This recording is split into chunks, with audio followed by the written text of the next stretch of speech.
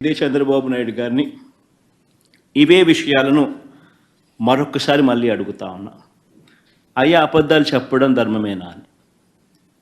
ఎక్కడ 11 లక్షల కోట్లని ఒకసారి, 12.5 లక్షల కోట్లని మరోసారి, చివరకు 14 లక్షల కోట్లు అని చెప్పి దాన్ని ఎన్నికల నాటికల్లా 14 లక్షల కోట్లు అని చెప్పి దాన్ని తీసుకొని వెళ్ళి ఇలా తప్పుడు ప్రచారాలు చేయడం ధర్మమేనా అని చెప్పి ఇదే పెద్ద మనిషిని చంద్రబాబు నాయుడు గారిని గట్టిగా నిలదీస్తూ అడుగుతున్నాం. ఇదే మాదిరిగానే చంద్రబాబు నాయుడుకి సంబంధించిన తన ఎల్లో మీడియా ఇదే దుష్ప్రచారాన్ని కొనసాగిస్తూ ఏ రకంగా ఒక ఒక ఆర్గనైజ్డ్ క్రైమ్ ఎలా చేస్తారు అనేది ఇంతకుముందు కూడా చూపించిన. అంటే వ్యవస్థీకృత నేరాలు చేసే ఒక వ్యవస్థ వీళ్ళకి మాత్రమే ఉంది. ఒక పద్ధతి ప్రకారం ఒక గోబెల్స్ ప్రచారంలో భాగంగా వాళ్ళకి సంబంధించిన ఎల్లో మీడియా అంటే ఓ ఈనాడు, ఓ ఆంధ్రజ్యోతి, ఓ టీవీ5 వీళ్ళకు తోడు ఏ రకంగా వీళ్ళు ఉంటారు, ఏ రకంగా చంద్రబాబు నాయుడు ఉంటాడు, ఏ రకంగా ఓ దత్తపుత్రుడు ఉంటాడు, ఏ రకంగా వీళ్ళకు బీజేపీ పార్టీలో కూడా వీళ్ళకి సంబంధించిన మనుషులే అక్కడ కూడా ఉంటారు. వాళ్ళు కూడా ఏ రకంగా అందరూ కలిసి ఒకే కోరస్గా ఏ రకంగా అబద్ధాలకు రెక్కలు కట్టి ప్రచారం చేస్తారు, ఒక వ్యవస్థీకృత క్రైమ్ ఏ మాదిరిగా చేస్తారు అని చెప్పి మీకు ఇంతకు ముందు కూడా విపులంగా కూడా చెప్పడం కూడా జరిగింది. ఆశ్చర్యం ఏమిటనంటే చంద్రబాబు నాయుడు గారు తన గుండెల మీద తాను చేతులు వేసుకుని తాను ప్రజలకు సమాధానం చెప్పాల్సిన విషయం ఇది. ఎందుకనంటే అధికారంలోకి వచ్చి 6 నెలలు అవుతా ఉంది. మొత్తం ప్రభుత్వం యంత్రాంగం అంతా కూడా చంద్రబాబు నాయుడు గారి చేతుల్లోనే ఉంది. మా దగ్గర లేదు, మా చేతుల్లో లేదు. 6 నెలల నుంచి మొత్తం ప్రభుత్వ యంత్రాంగం అంతా చంద్రబాబు నాయుడు గారి చేతుల్లోనే ఉంది. ఆయన అధికారంలోకి వచ్చి 6 నెలలు అయింది. మరి చంద్రబాబు నాయుడు గారి చేతుల్లో ఉన్న అధికారులతోనే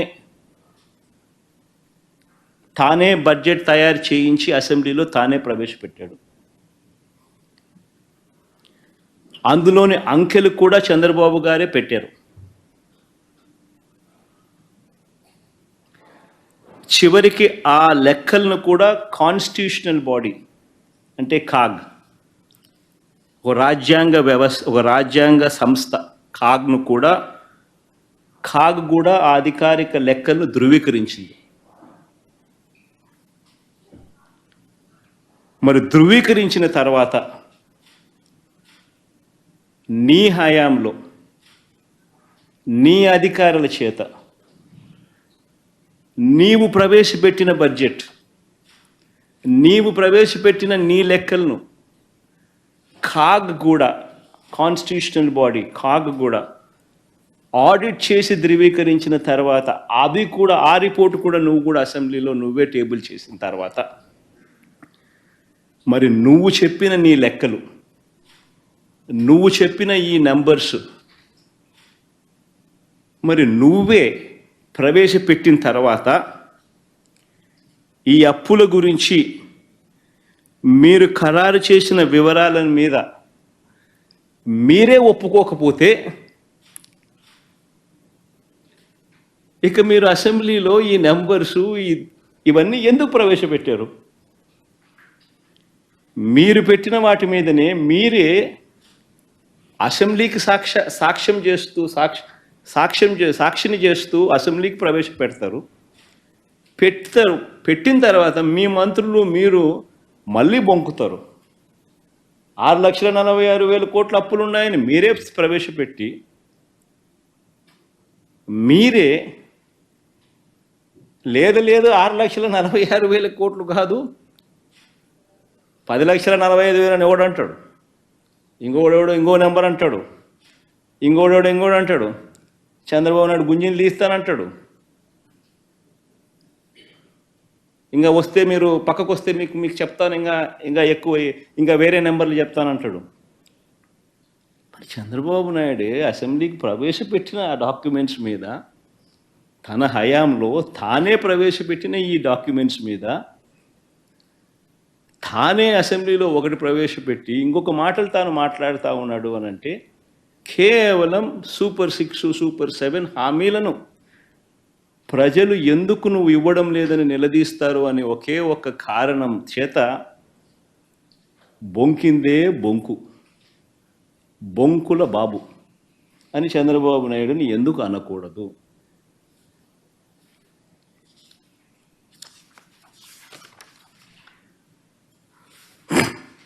చంద్రబాబు నాయుడు ఇంకా ఒక అడుగు ముందుకేస్తూ చెప్పిన అబద్ధాలే మళ్ళీ చెప్పుకుంటా వస్తూ ఉంటాడు. స్పిల్ ఓవర్ అకౌంట్స్ మీద కూడా ఒక ఇదే రకమైన దుష్ప్రచారం. ఈరోజు నేను చూపిస్తా ఉన్నా, ప్రతి సంవత్సరం మామూలుగా స్పిల్ ఓవర్ అకౌంట్స్ ఉంటాయి. ప్రతి సంవత్సరం, ఈ సంవత్సరం నుంచి కాస్త కూస్తూ నెక్స్ట్ ఇయర్కి మళ్ళీ స్పిల్ ఓవర్ అనేది ప్రతి బడ్జెట్ నుంచి ఇంకొక బడ్జెట్కు స్పిల్ ఓవర్ అనేది సర్వసాధారణంగా స్పిల్ ఓవర్ బిల్స్ అనేది ఉంటాయి. చంద్రబాబు నాయుడు గారు 2019లో దిగిపోతూ తాను స్పిల్ ఓవర్గా తాను బకాయిలు పెట్టిన బిల్స్ మాకు ఇచ్చిపోయిన బిల్స్, ఆ బిల్స్ మేము కట్టిన బిల్స్ ఎంత అని చూస్తే 42,183 కోట్ల రూపాయలు మేము కట్టాం. ఆయన ఎక్కడెక్కడ బిల్స్ పెండింగ్ పెట్టిపోయాడు అని చెప్పి ఇంతకు ముందు చాలా సుదీర్ఘంగా కూడా చెప్పాను. మళ్ళీ అకౌంట్స్ను మళ్ళీ చెప్పాలి అని అంటే మళ్ళీ ఒకసారి ఇక్కడంతా కూడా కనపడతా ఉన్నాయి. ఆరోగ్యశ్రీకి ఏ రకంగా 680 కోట్లు పెట్టాడు, విత్తన బకాయిలకి ఏ రకంగా 960 కోట్ల రూపాయలు తాను ఏ రకంగా ధాన్యం సేకరణ బకాయిలు, విత్తన సేకరణ బకాయిలు 360 కోట్లు, ఇట్లా రకరకాలుగా ఏ రకంగా పెట్టుకుంటాడు. పవర్ బిల్స్ ఏ రకంగా, పవర్ సబ్సిడీ ఏ రకంగా తాను ఇవ్వకపోవడం వల్ల తాను డిస్కాములకు పెట్టిన బకాయిలు ఏ రకంగా ఉన్నాయి అన్నీ కూడా చూసుకుంటే మొత్తం consumer affairs food and civil supplies 5,786 కోట్లు, ట్రాన్స్పోర్ట్ డిపార్ట్మెంట్ 180 కోట్లు, women and child welfare department 265 కోట్లు, హ్యాండ్లూమ్స్ అండ్ టెక్స్టైల్స్ 19 కోట్లు, అగ్రికల్చర్ డిపార్ట్మెంట్ 2,378 కోట్లు, AP seed development corporation limited 249 కోట్లు, హార్టికల్చర్ డిపార్ట్మెంట్ 1,084 కోట్లు, యానిమల్ హస్బెండరీ డిపార్ట్మెంట్ 59 కోట్లు, ఫిషరీస్ డిపార్ట్మెంట్ 88 కోట్లు, ఇండస్ట్రీస్ కామర్స్ షుగర్ డిపార్ట్మెంట్ 200 కోట్లు, డైరీ డెవలప్మెంట్ 72 కోట్లు, school education mid day meals 148 కోట్లు, రోడ్స్ అండ్ బిల్డింగ్స్ 1,100 కోట్లు, ఏపీ వెల్ఫేర్ డిపార్ట్మెంట్ ఆర్టీఎఫ్ అంటే ఫీజు రీయింబర్స్మెంట్ బకాయిలు 2,800 కోట్లు, ఏపీ ఎంఎస్ఐడిసి 142 కోట్లు, ఆరోగ్యశ్రీ బకాయిలు 680 కోట్లు, ఈహెచ్ఎస్ ఎంప్లాయీ హెల్త్ స్కీమ్ 154 కోట్లు, సోషల్ వెల్ఫేర్ డిపార్ట్మెంట్ 848 కోట్లు, కమిషనర్ పంచాయతీరాజ్ అది 2,036 కోట్లు, కమిషనర్ పంచాయతీరాజ్ ఇంజనీరింగ్ 1,200 కోట్లు, కమిషనర్ రూరల్ డెవలప్మెంట్ ఎన్ఆర్ఈజిఎస్ 2,340 కోట్లు, ఆర్డబ్ల్యూఎస్ బకాయిలు 2,757 కోట్లు, ట్రైబల్ వెల్ఫేర్ 76 కోట్లు, ఎనర్జీ 9,823 కోట్లు, వాటర్ రిసోర్స్ డెవలప్మెంట్ అన్నీ కలుపుకుంటే ఏ రకంగా 42,183 కోట్లు ఏ రకంగా చంద్రబాబు నాయుడు గారు గిఫ్ట్గా వైఎస్ఆర్సీపీ ప్రభుత్వం రాకమునుపు తానిచ్చిన గిఫ్ట్. ఇలా సర్వసహజంగా ఈ బిల్లులు గిఫ్ట్గా ఈయన ఇస్తూ ఉంటాడు. ఆ తర్వాత మేమే ఈ బిల్లులన్నీ కూడా కట్టడం జరుగుతుంది. అయితే దీన్ని కూడా ఆయన అర్థాంతం చేస్తాడు. ఏదో కొత్తగా బహుశా ఇన్ని వేల కోట్లు బహుశా ఏ ప్రభుత్వం బహుశా గిఫ్ట్గా ఇవ్వరు. ఒక చంద్రబాబు నాయుడు గారు మాత్రం ఆ గిఫ్ట్ ఎక్కువ ఇచ్చినాడు. మిగతా ఏ ప్రభుత్వాలైనా ఇంతింత గిఫ్ట్లు ఎవరికి ఇవ్వరు. అయినా కానీ మేము చిరునవ్వుతోనే కట్టాం, దాని గురించి మేమేం కంప్లైంట్ ఏం చేయాల.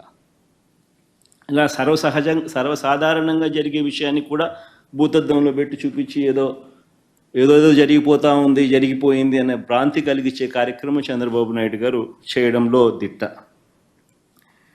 ఇక్కడే Subscribe to Social TV Telugu for more videos. Hit the bell icon for faster updates.